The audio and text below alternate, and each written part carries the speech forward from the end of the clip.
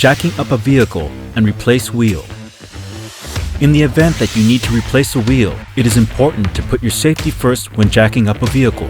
Make sure that you are jacking your vehicle on a flat, stable surface. Jacking a vehicle on a slope or soft ground is dangerous. Make sure your vehicle doesn't hinder traffic and that the parking brake is fully engaged.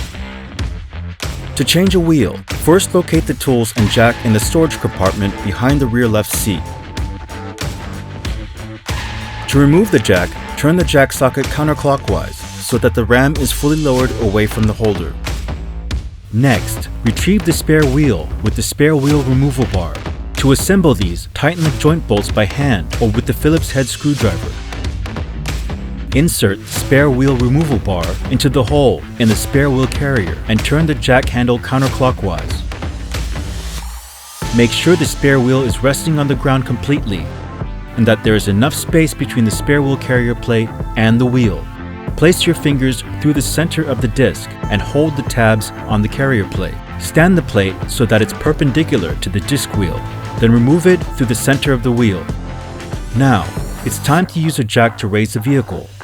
Before doing so, make sure your jacking point is on a flat, level surface. Failure to position the jack in the right area could result in the slipping and injury. To raise the vehicle, insert the jack bar into the jack socket. Place the jack directly below the jacking point to make sure it's upright. When jacking the front wheel, apply the jack head to the flat part of the bracket on the frame side. For the rear wheel, set the jack at a point within 90 millimeters or 3.5 inches from the leaf spring above the axle tube. Align the recess on the jack head to the curved surface of the axle tube center. To change a wheel, chalk the wheel diagonally opposite to it. Confirm the jack is in good contact with the jacking point and raise the vehicle by turning the jack handle clockwise. And raise the vehicle enough so that the wheel is not quite clear of the ground. Loosen the wheel nuts with the wheel nut wrench so that the wheel remains in a stable position. Then jack the vehicle so that the wheel clears the ground completely. Remove the loosened wheel nuts, then remove the wheel.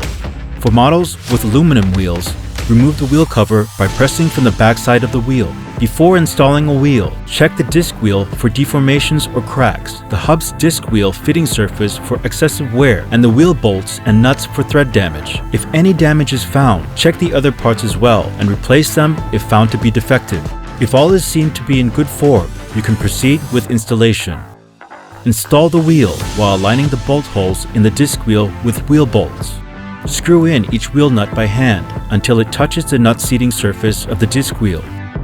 Then tighten all wheel nuts by hand until the wheel is firmly held in position. Face the tapered ends of the wheel nuts inward and turn the bleeder screw of the jack counterclockwise to slowly lower the vehicle.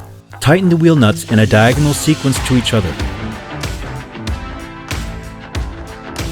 After changing the wheel, turn the steering wheel in both directions to make sure the wheels do not interfere with surrounding components.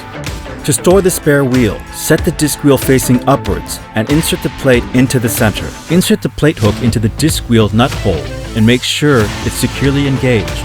When the disc wheel is raised halfway, let the chain rest in the center. Turn the jack handle to lift the wheel and turn the removal bar clockwise to fully wind the chain.